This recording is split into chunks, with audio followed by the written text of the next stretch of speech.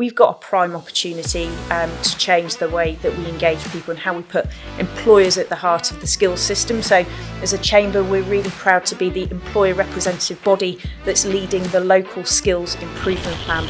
Education, whether it's school or university or both, is only the foundation, and you can get an amazing foundation, but if you build a shed on it, you're only ever going to have a shed. Don't chase the technology. Make sure you're using the technology to enable and resolve the problem. We've got labour shortages, so why on earth are we not implementing technology to, boost productivity, make us more competitive? We can look at fate and just assume that whatever we do, fate's going to happen.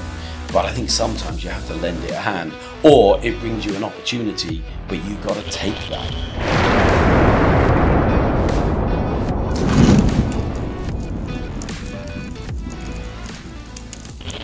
Welcome back to another episode of Success is a System. This morning I'm here with Charlotte Horobin, the new CEO of the Chamber of Commerce for Cambridgeshire.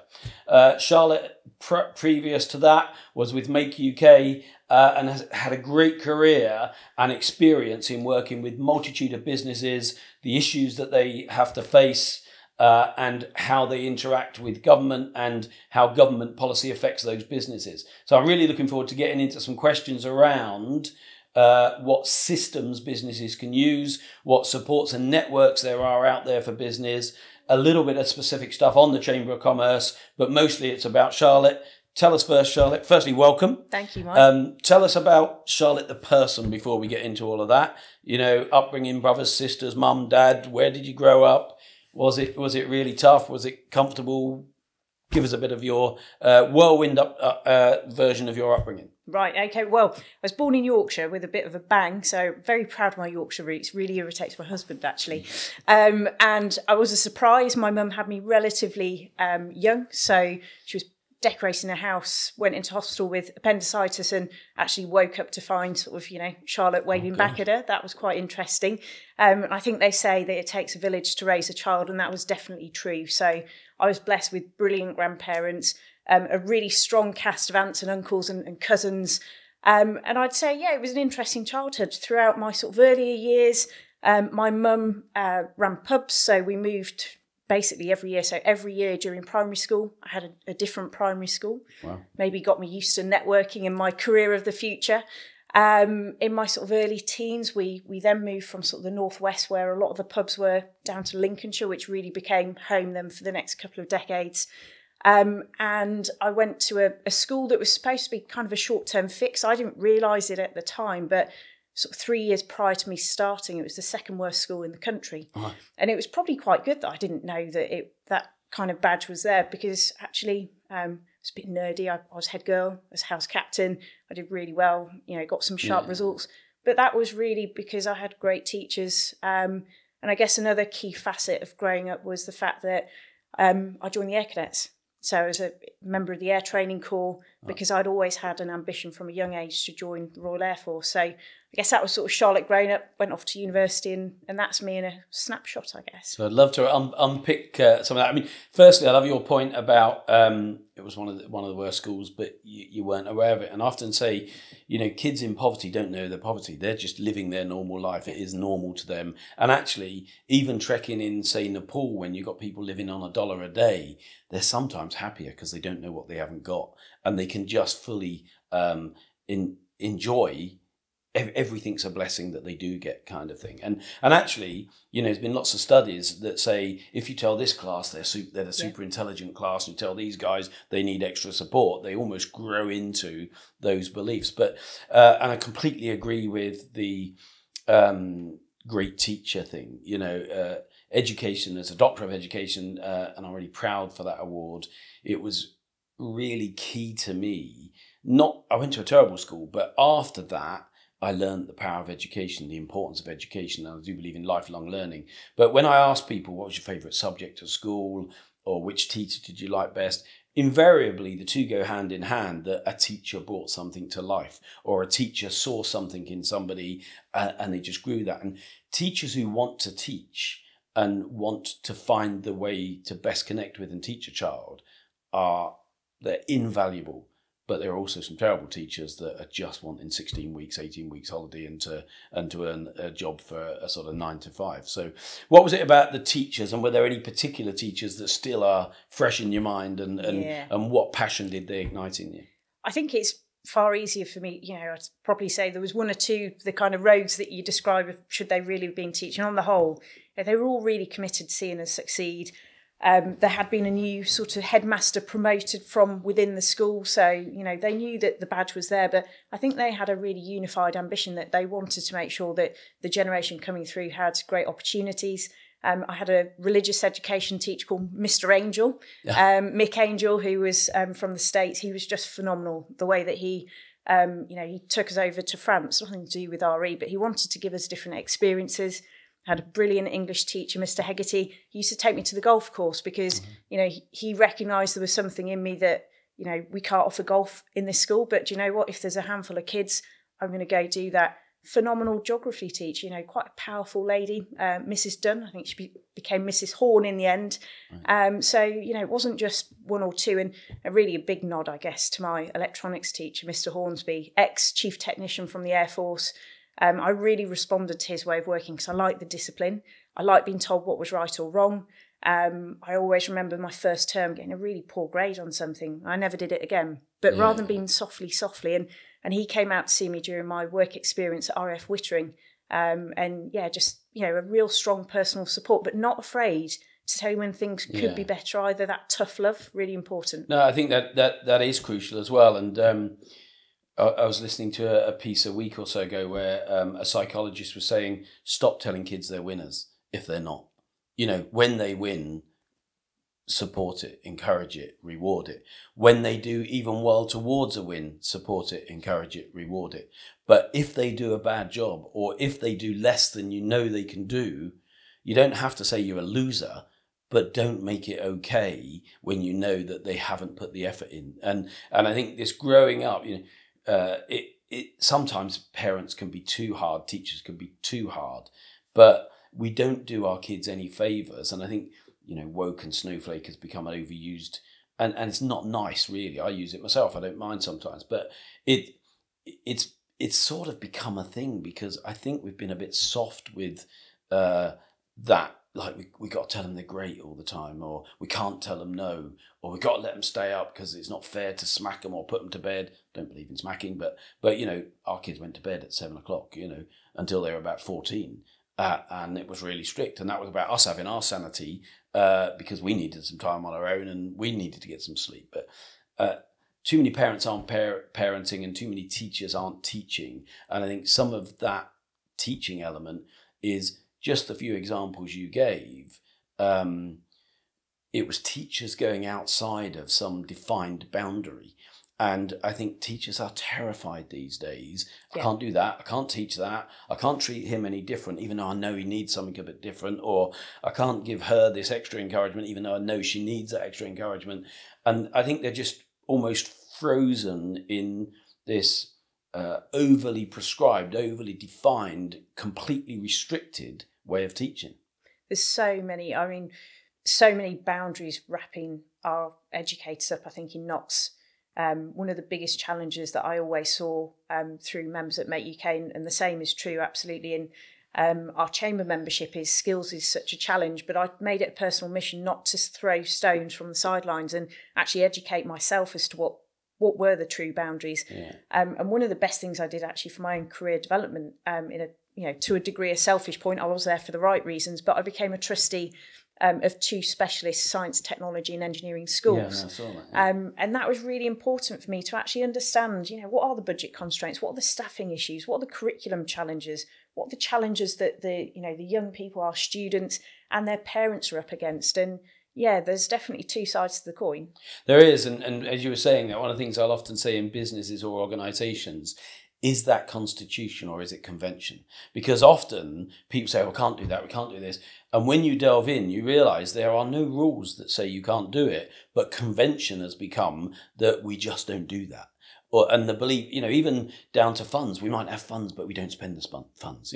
Surely they're there to be spent and to grow like that. You talked about your teacher that grew the passion for engineering, and I guess that led to your Air Corps passion as well. Tell us a little bit about that, because I think when one of the first conversations we had, you'd had an interest in becoming a fast jet pilot as well.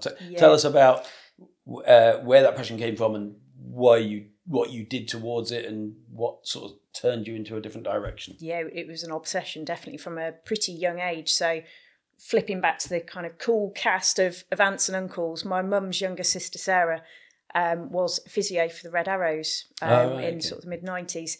And she went on to meet my uncle, who was a regiment officer as he was going through Cranwell, and they became so influential in my life. But one of the benefits of having Sarah as really a bit more of an older sister than an aunt, she, as the physio to the Red Arrows, got me a sort of behind-the-scenes briefing. I was about 9 years old, and I remember it so well. You got to sit with the Reds, hear the briefing that they had for the day before they went, off on sort of the training session for the afternoon. I was there with my grandmother, one of my definite big supporters in my life.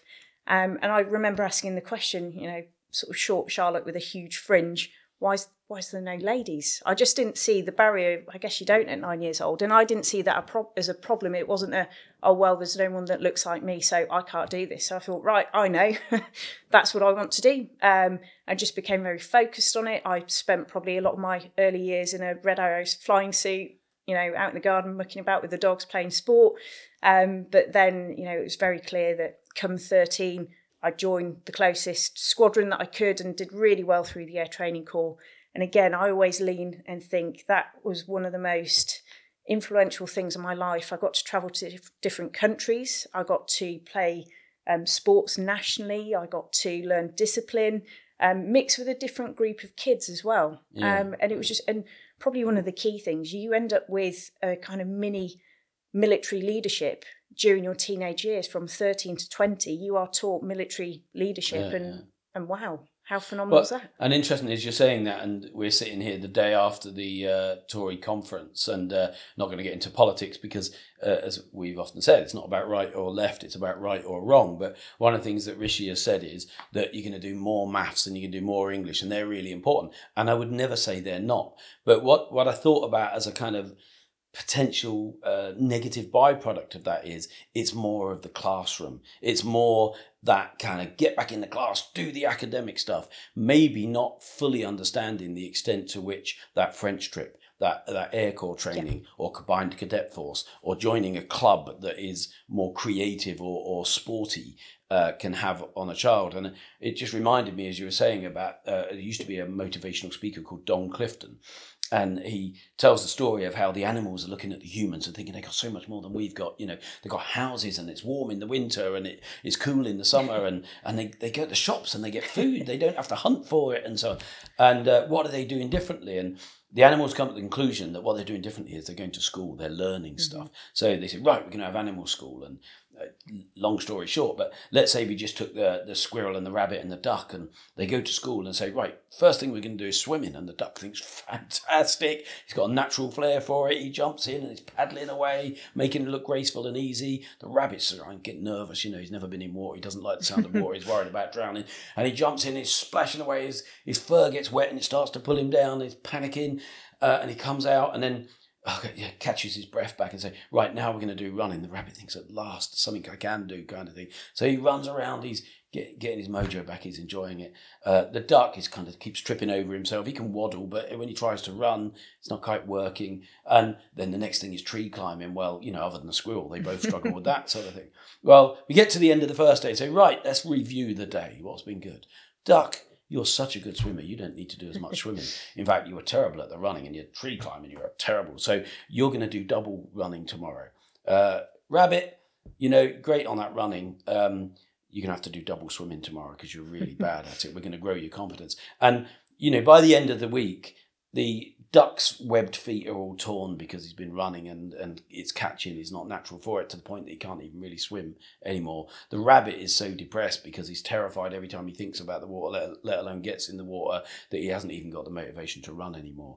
And sometimes we're going to force you to do extra because you're weak. as opposed to let's find your passion, let's find your strength, let's focus more on what you naturally can do and want to do, and let's really go for that. And that worries me a little bit, that we are becoming more obsessed about the academics. Yeah. Do I think we need a good understanding of English and maths? Absolutely.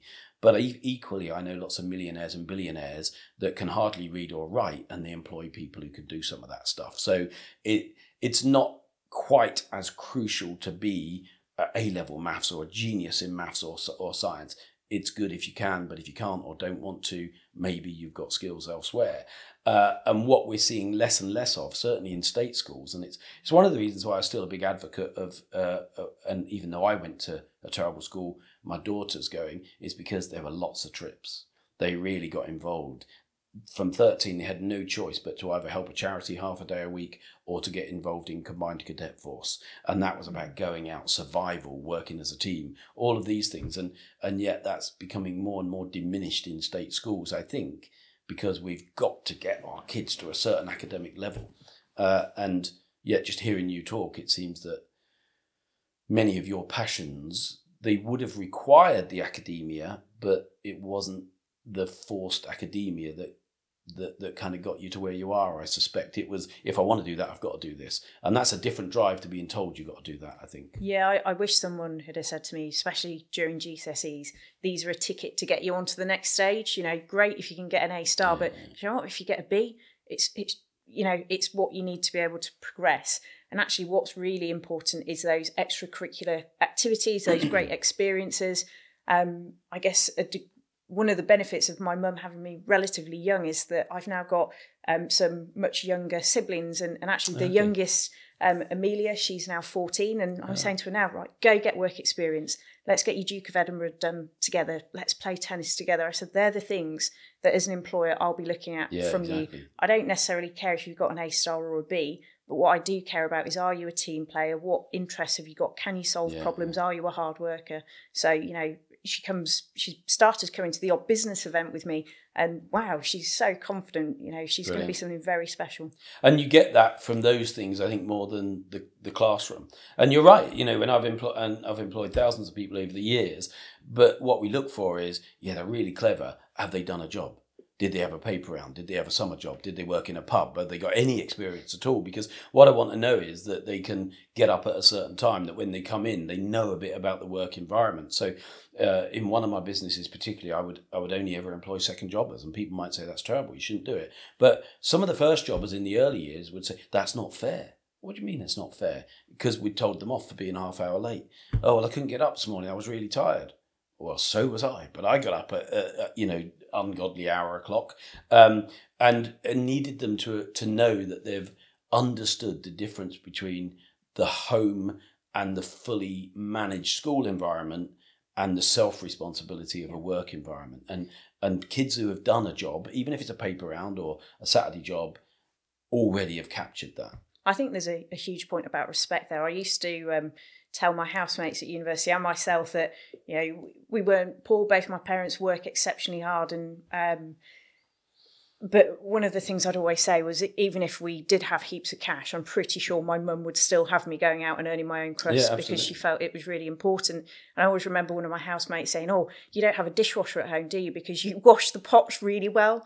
Oh, come on. And now I see, what a great benefit it was to have those coffee shop jobs, to work in the bar, because I think it then means that you've got that empathy and humility that as your career grows, you respect everybody for all of the roles and responsibility that they play. You don't have that. You don't turn your nose up at the person that might be doing a role that people might have a certain perception of. I certainly know I've had certain career success because I've just been nice and been human and treat somebody with respect that might have been the executive assistant or the person that on the face of it looked like the receptionist, but actually they're really important people with great skill sets to an organisation, and everybody has to be treated with respect. And you said about pubs as well, and I suspect growing up in a pub, you see, you know, how hard that can be work-wise, but also the people skills is incredible.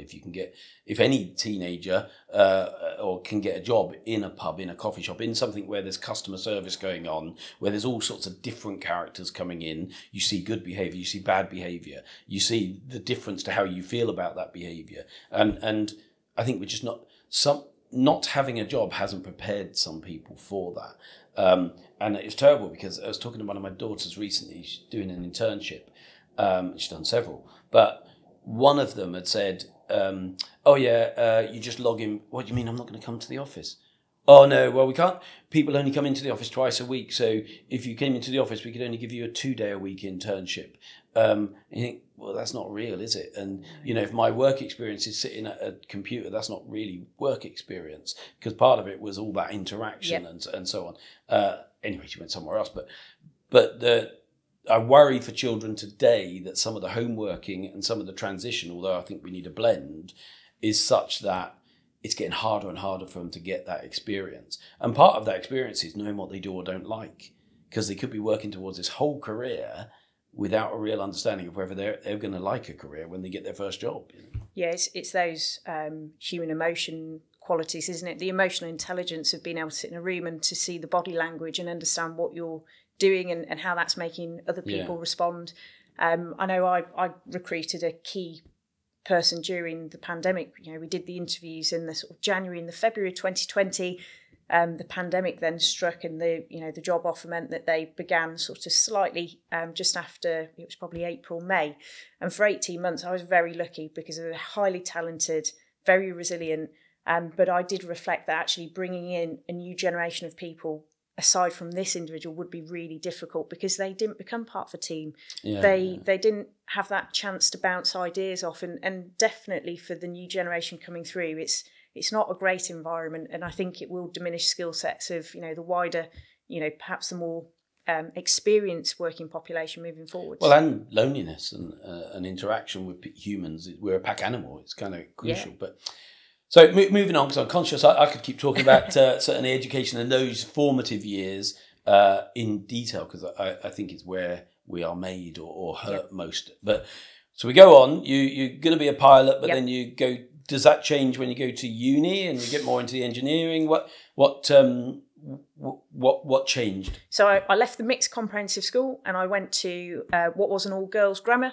Thatcher was probably the most famous lady to walk out of those gates, so it's quite a special place. It's a bit like Hogwarts, and the girls and the community and the friendship groups that you develop there are really phenomenal. But also it challenges you. You know, you've come from being sort of the top person perhaps in one environment to actually, you know, you might be middle of the pack, because this is a high performing crowd. So that challenges you a little bit. Throughout sort of sixth form and university, I applied for sort of bursaries and scholarships going to the Air Force. And listening to your interview with Andy Offer, who was actually one of the Reds in the room that I sat in back in the late 90s, which is, really interesting. But went through those selection processes, and Andy, I know, described that there's a degree of luck. You need to be able to, you know, rub your tummy, pat your head, and be a certain kind of ergonomic, and, you know, your body needs to meet a certain size, and my arms and my legs and, you know, my bum to my head are not particularly where they need to be. So pilot was becoming a bit of a interesting. When they do this kind of psychometric test the first time round, I was told the one thing you're really not going to be very good at is air traffic control. But actually a couple of years later, air traffic control became kind of the option in the Air Force that they said, think about this. But in the end, the recommendation was, look, go to university, get a good degree, enjoy yourself, and come back. But really interestingly, I always boast myself I was ahead of the curve. My mum was taking me up to Leeds University for an open day.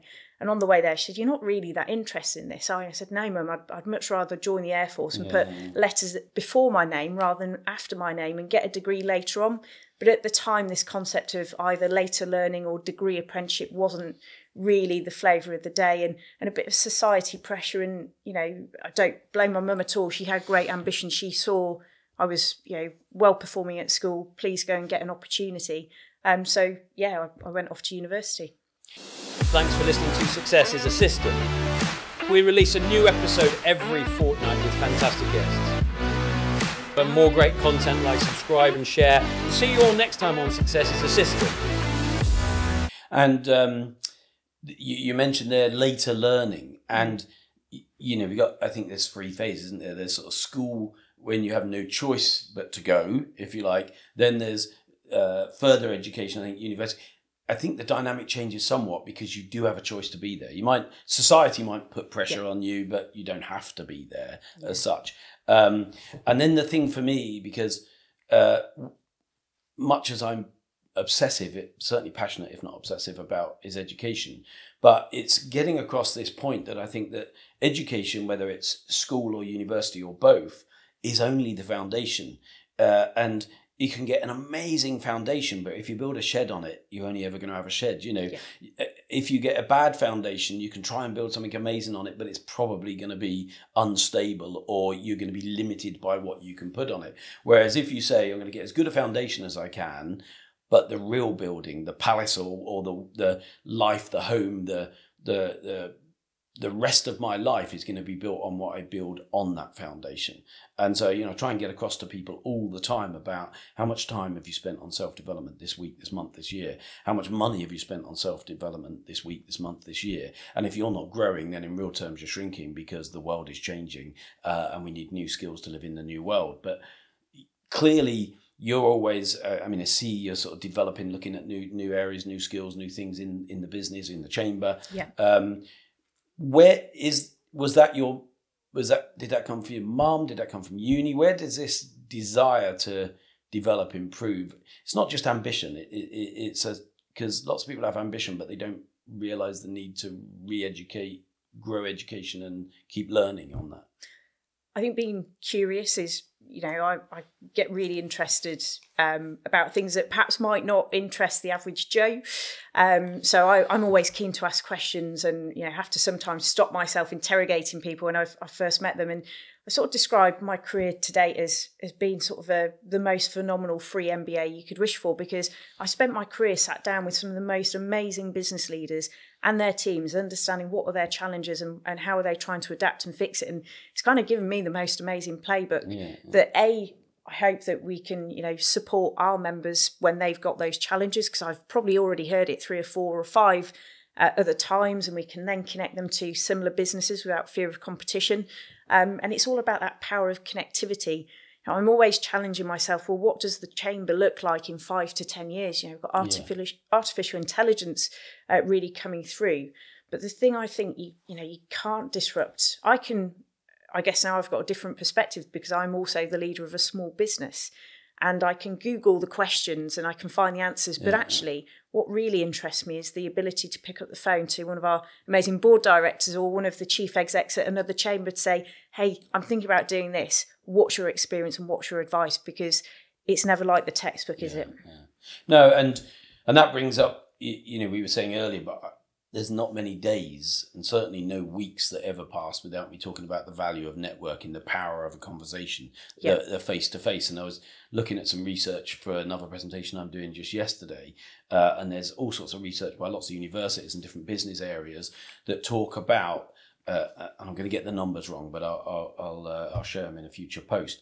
It's something like we are 7 times more likely to do business with someone we actually meet face to face rather than over a Zoom or a call, and that we businesses business and business leaders that had networking as a core part of their business did double the turnover, and salespeople who met face to face as opposed to a call center were 228 times more earnings than those that thought they could do it by email or face or internet or call and so on. So there is no doubt, and there is a huge amount of evidence to support the need for that voice call, then that face to face, absolutely, and then networking, and then I looked further into, so if meeting a person is so much more powerful than speaking or emailing a person, how does the environment change? And then there were things like, if you could do it over food, because in a way food is family, food is love, talking about we connect at a different level, because since time began that celebration of food was a key part. So if you can involve a coffee's the sort of first step. But if it was over a meal, there was something like twice the connection between people. Wow. So, this thing about, shouldn't have to have a lunch or a breakfast or a dinner. But I know one of my business partners, there's very few meetings he doesn't do that aren't over breakfast, lunch or dinner. Yeah. And I see that success come through. People automatically relax in that environment. There is this kind of, it's just different. Because we're used to having food with those that we're closest to, we sort of open up in a different way once we're in a food environment. So networking, it's a big part of Chamber. Absolutely. And big part of what you used to do in Make UK. Yeah. Tell us a little bit about how you went from uni into your career, how that evolved, because you're only a few months into Chamber of Commerce, and we're glad that you're there, very glad. But tell us about that stage of your journey. So I guess two things happened during my uni years that were pretty significant. My first year driving home, unfortunately, a drunk lorry driver drove into the back of my car at 60 miles an hour. Nice. And all the confidence that the Air Training Corps and, a good kind of academic history had built into me really was sort of shaken out. And well done to my mum, because she put me back in a car, and I remember it so vividly. And she made me drive. And I remember doing about 35 miles an hour, really, sweat dripping off me, as white and pale as you can imagine. And she wanted to make sure I didn't lose my independence. Fast forward then to my last year of uni. My grandparents, as I say, had played a huge role in my life. And my mother's father, he'd had 3 daughters, and I always thought I was almost the son he didn't have. So, Granddad had brought me up watching lots of rugby. I'd played rugby going back to university, and my family had said, please don't, play much more into your last term. And it was the day before I started my dissertation. I broke my leg up in Newcastle really significantly, a couple of operations, and luckily they saved my leg. But again, that, to a degree, knocked a bit of confidence, made life a little bit harder. University really tried not for me to come back that year. And I said, no, I really can't afford to pay you another set of fees. I'm going to come back on crutches and I will make it work. I did. I graduated that summer. But then that meant I was on crutches. So I thought, well, do you know what? I'll go and do a master's. Everybody seems to have a degree. How do I stand out in the crowd? And actually, my options were, to a point, limited. It was a great chance to get to know my 3-year-old little sister much, much more then. So we go off and, explore. But actually then I started to, as I got fitter, pick up lots of the kind of post-university jobs. I used to open the coffee shop on Newark train station 5 o'clock on a Monday morning. That's a tough gig. I'd be, Saturdays working at weddings, doing catering. I went to work for a rapeseed oil manufacturer. One of the coolest things I did was I bumped into a chap with a big bushy beard. When I had my broken leg, he asked me what I'd done. I asked him what he was doing with his bushy beard. He was raising money for Help for Heroes, and he was a shepherd. Oh, he'd got himself a new pup. I saw that 4,000 sheep you used to look after. So, or something. red rag to a bull. He said, well, it's really interesting sort of life and career, but, you can't do it because you're a woman. I said, don't be ridiculous. And I went to work for him for a bit, inherited my first company car. So I still got my old girl, border collie at home today. And that was fascinating because there's rich in life and there's rich in life. I learned a lot of life lessons by doing that. And then at one point I'd applied to do jobs like dropping off the yellow pages. My outgoings were more than what I was bringing in. I'd come out of university, I was feeling pretty demoralised and just thought, this really can't have been what it was all for. Really trying to find your kind of compass again. And I saw a job advert for the Engineering Employers Federation. It sounded really diverse. I'm not particularly good at doing one focused thing behind a desk. I need to be out and about and sort of having variety. And I was very lucky. I was recruited by a very forward-thinking, open-minded chap called Richard Halstead, who in the organisation, they benefited from people with decades of experience in manufacturing. And he said, no, I want to do things differently. I want to bring some less experienced people in and nurture them and mentor them. And the chief executive at the time gave him the green light to do the trial. And it was a massive success. And I was a great beneficiary of the fact that Richard had come from the automotive industry. He was ex-Lucas, but that meant he had the kind of maybe 80s management training that maybe you don't see so profoundly. And the training, the commercial acumen, just the discipline and the great leadership that he gave me was such sound foundations to then go and grow my career through EEF that then turned into Make UK. And I think, there's loads of things we could do a whole podcast on that you mentioned there, but the training is a massive thing with small businesses. And, you know, I'm always saying to people, it's 5.6 million businesses in the UK, 4 million of them have no employees. The next 1.2 have 0 to 10 employees. Most of those businesses do little or no training.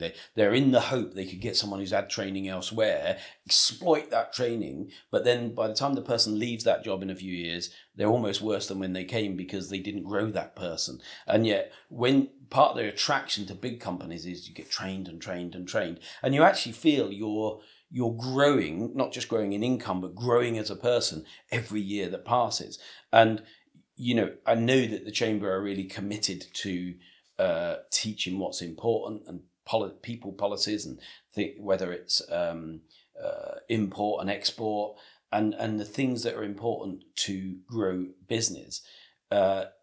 With training, I know some of the answer, but it's a good opportunity. What can the Chamber do to help an SME develop their policies, their people, their training, and some of the skill sets that are beyond maybe the core skill of a business? Yeah, you're absolutely right. Our raison d'etre is to champion the success of business. And for me, that really starts with that kind of industrial counsellor piece, you know, SME, small business, startup. Tell us what your issues are, because they'll be similar to others. And that's the power of the community, that we're able to connect businesses with similar challenges that don't compete, because that's so powerful. But we've got a broad network. The chances are, if we don't offer something within the Chamber, and we offer such a wealth of support, experience, training, advice within our membership, the chances are actually another key benefit of being part of that kind of motley crew is the fact that we know so many other people. So if it's not already there in the Chamber, we need to think about how we adapt and evolve, because we're owned by our members and we'll continue to do that. But the chances are we're so well connected with colleges, universities, independent training providers, great people that have set out their own businesses to offer that leadership and development, that when you look at their CVs, you know, they've come from Formula One teams, they've ran some of the biggest HR departments around the world, but we've got the beauty of having them as, you know, an independent advisor within our community. That's so powerful. And, you know, on the training and the development, just being part of a Chamber, because of the networking and all the other things that go on, people tend to, they hear stuff, they see other businesses, they realise, oh, we're not doing that. So, but almost by osmosis, they'll start to question the way they do things. But I remember when I was particularly working in retail, lots of small stores. So ACS, and I was a board member for 20 years, twice chairman, and it was 33,500 small stores in the UK that we represented. And I remember someone saying to me, Mike, I know you keep rattling on about training, but you know, what if we train them and all, then they leave because the supermarkets are stealing all of our staff all the time. So yeah, it's okay you saying about training, but if we train them and they leave, we've wasted all that money. And it still rings, because a boss had said a similar thing to me years before, and it was, what if you don't train them and they stay? And they stay. And, you know, so now you've got these untrained people that aren't evolving, that are kind of fixed in their ways, and your whole future is based on it. And, you know, and I see that so often, that people have got dinosaurs in their businesses, people who don't change, don't want to change, get angry about change, actively stop change in the business. And often they have a face like they're sucking on a pickle as well, because they're kind of angry about that as well. And then I talk about winning teams only have the best players, and the best players are either sort of brought in or they're trained up, but they don't sort of evolve naturally. You've got to input into that relationship. And so yeah, training absolutely crucial. I think I know, and I've seen that a lot. Now the car accident thing, when you were talking about that, often people are anchored by those things. You said it knocked your confidence, it held it back. There can be a divorce, it anchors people. There can be death of a loved one or a key member of family or extended family, and it anchors them back. And I'm always talking about everything in life, every system, every person, every product, every experience is an anchor or a propeller. And what do you think it was that, from that fear, you said about your mum sort of got you back in the saddle, as it were, or back in the seat, got you to drive? But what else helped pull you through that? Because there are always, I'm conscious, mentoring 40 plus businesses. I've got some that have actually tried to commit suicide in the last year, some that are bust, some that are dealing with drug addiction, divorce, all these things at any one point in time. And I see how it can transition someone from, Mr. or Mrs. Positive to, it just changes them. Yeah. And they get in a dark place. And I try and bring them through that and sort of say, well, look, I can tell you what I'll tell you and I can help you in some ways, but you need to go and get help. And a lot of business people or individuals get anchored by that experience and never go and get the help they need. Did you get any professional help with that, or was it just kind of working through with your mum and your nan and granddad with that support? What? No, I didn't actually, and probably the psychological effect that it had. Going back now, I probably should have done. I guess there is a little piece of actually you just got to kind of keep facing your fears. And I think an old Yiddish saying that my grandfather used to use was that, man plans and God laughs. And to a point, you've just got to accept that some things are out of your control. So ironically, then I've spent, a decade traveling 30, 40,000 miles a year. Right now, I drive up and down the A1 many, many miles every day. And the irony isn't lost on me. And sadly, I have kind of been driven into the back of the car 3 or 4 times more after that. So yeah, younger Charlotte, make sure you get a car with a tow bar or something on the back. But just accept you can't control it. Try and face your fear. Be brave. What's the worst that can happen? And just make sure that you keep, working on it, really. Yeah, no, and I think that's really important. I've heard that or version of that Yiddish saying before in terms of, God laughs at people who think they've got a plan. Some people, though, use that to say, so there's no point in having a plan. And, it reminded me of a story where, a guy's tending his garden and he's obviously very proud and it's beautiful. And a couple walk along and they look into the garden. They say, oh, God's really blessed you with a beautiful garden. And he turns around and says, yeah, but you should have seen it when he had it to himself. And so, we can look at fate and just assume that whatever we do, fate's going to happen. But I think sometimes you have to lend it a hand, or it brings you an opportunity, but you got to take that. You got to work on that. You got to build on that. Yeah. It's not going to do it all for you. And a similar saying I saw last week, it was like, I wanted to learn and God gave me problems. I wanted love and God gave me challenges, or brought me someone who needed help or something like that. And it was almost just sometimes we want the end result, but it's the journey that really gives us what we need. You've got to own process. It. You've got to be accountable for your own actions and, face the fact that you're going to get side winds and, the route forwards might not be totally what you planned, but at the end of it, did you do everything that you could, or the mistakes that you made, did you learn from them? Because that's a really important bit, but you've got to be accountable and, own it yourself. Yeah. So we talked a lot about mum and grandparents. Father figure? Yeah, plenty. So, my dad was a greengrocer, very hardworking. Grandfather, massive part of my life. And then I lovingly call my stepfather Papa G. He's always he's the man I phone when I'm in trouble, if something's broken or the car's broken down. So my mum tends to know it's probably not good news if I phoned him and not her. And lots of uncles, as I say, my Uncle George, the sort of regiment officer. All of them have played such a big part in my life, actually, getting me out playing football and rugby and cricket with, my cousins as well. Yeah. So brilliant. Because I do think it's really important that there's that kind of male and female energy in children's lives, and certainly growing up. And when I say children, conscious that they say a puppy's not just for Christmas. I foolishly thought when we had kids that once they're 18, they'll go and do their own thing. But you realise there's always a need, and actually you start to need that need. It becomes a thing that. Equally, my father buggered off and left us homeless when I was 4, and that was a tough time for many, many years after. And I've unashamedly say the world's full of a lot of sperm donors out there. When people say blood's thicker than water, I say bullshit. Often there's a lot of dads out there that are terrible, and I don't say it's easy for them. And I'm not attacking men or fathers, but often. And I see too many examples of it, the women are having to do that.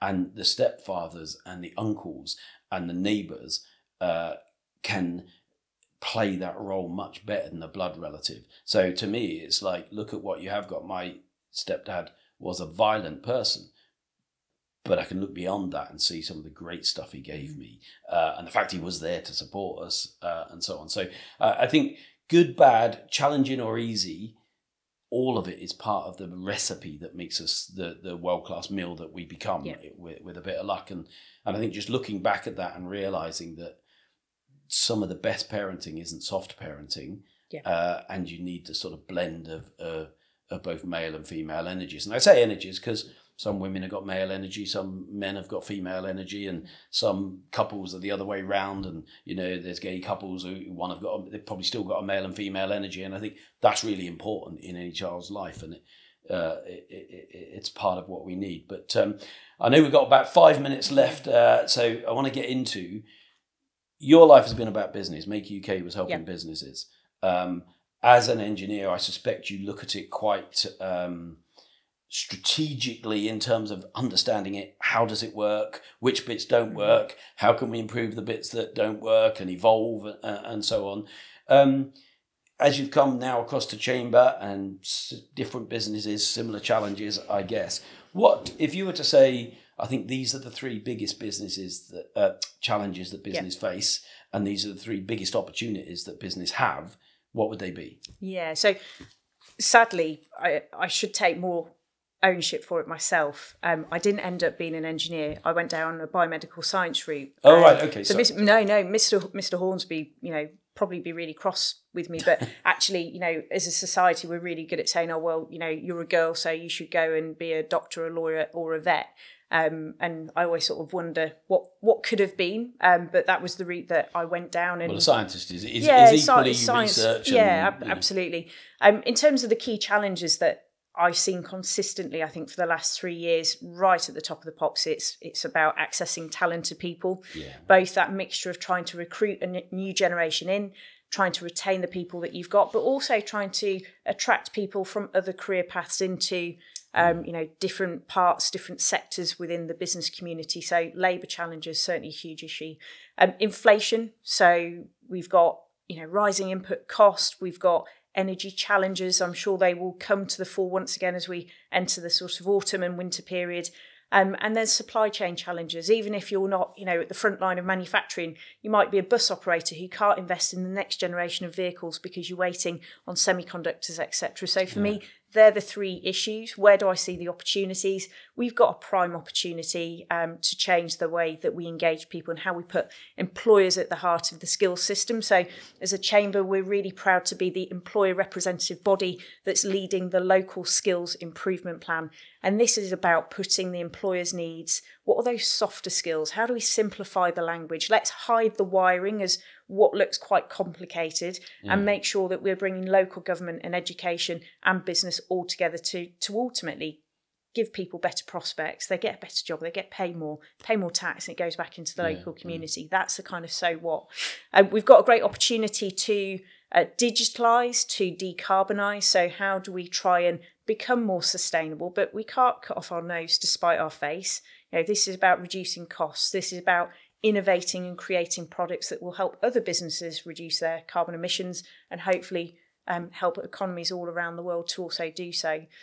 So for me, I think there's some of the really great opportunity around people's a cleaner future, a more sustainable future, but also using technology to our advantage. And of course, international trade is so important.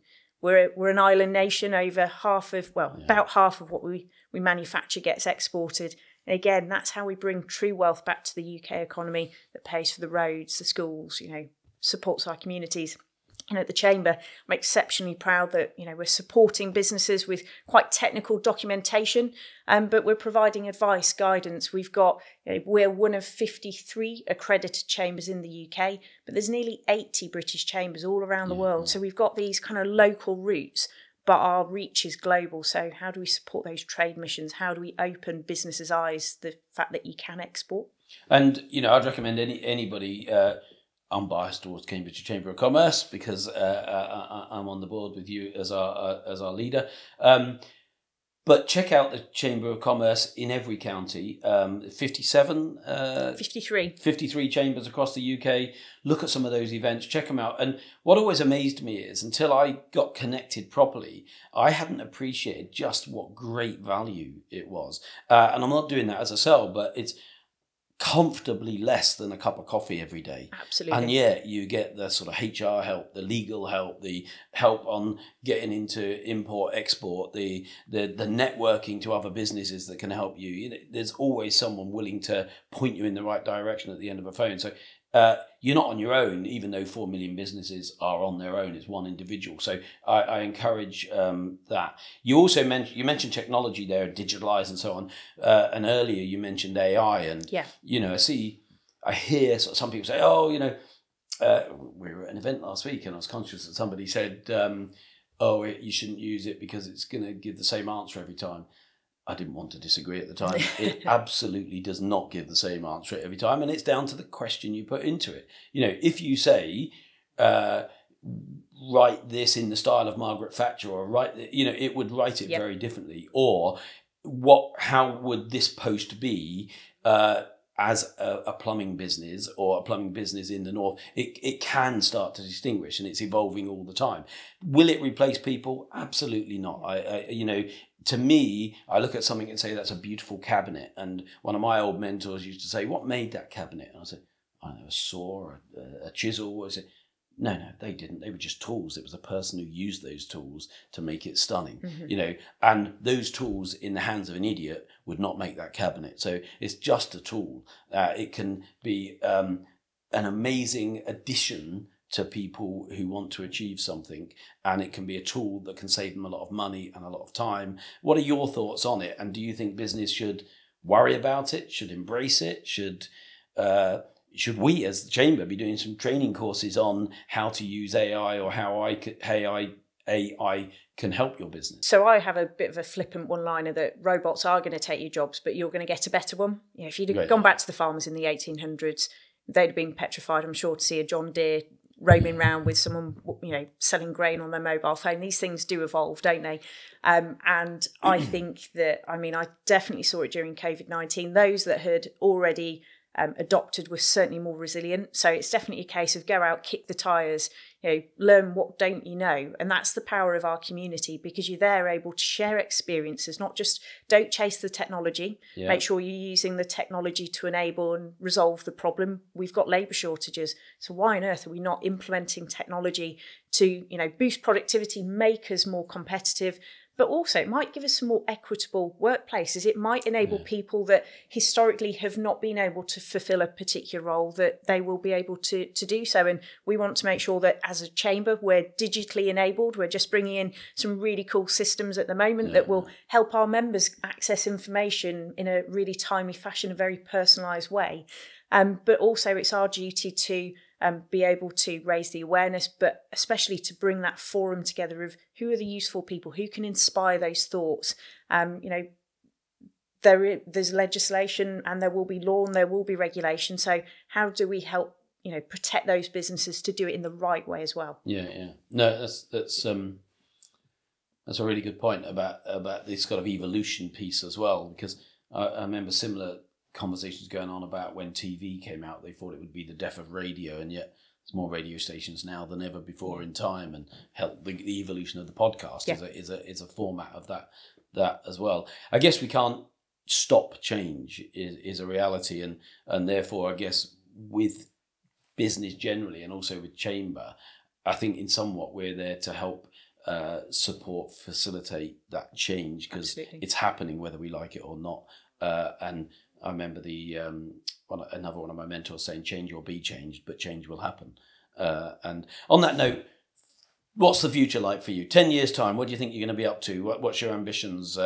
Obviously, you're going to stay in Chamber forever. No, but you know, what do you see yourself doing in 10 years? Do you have a thought on that?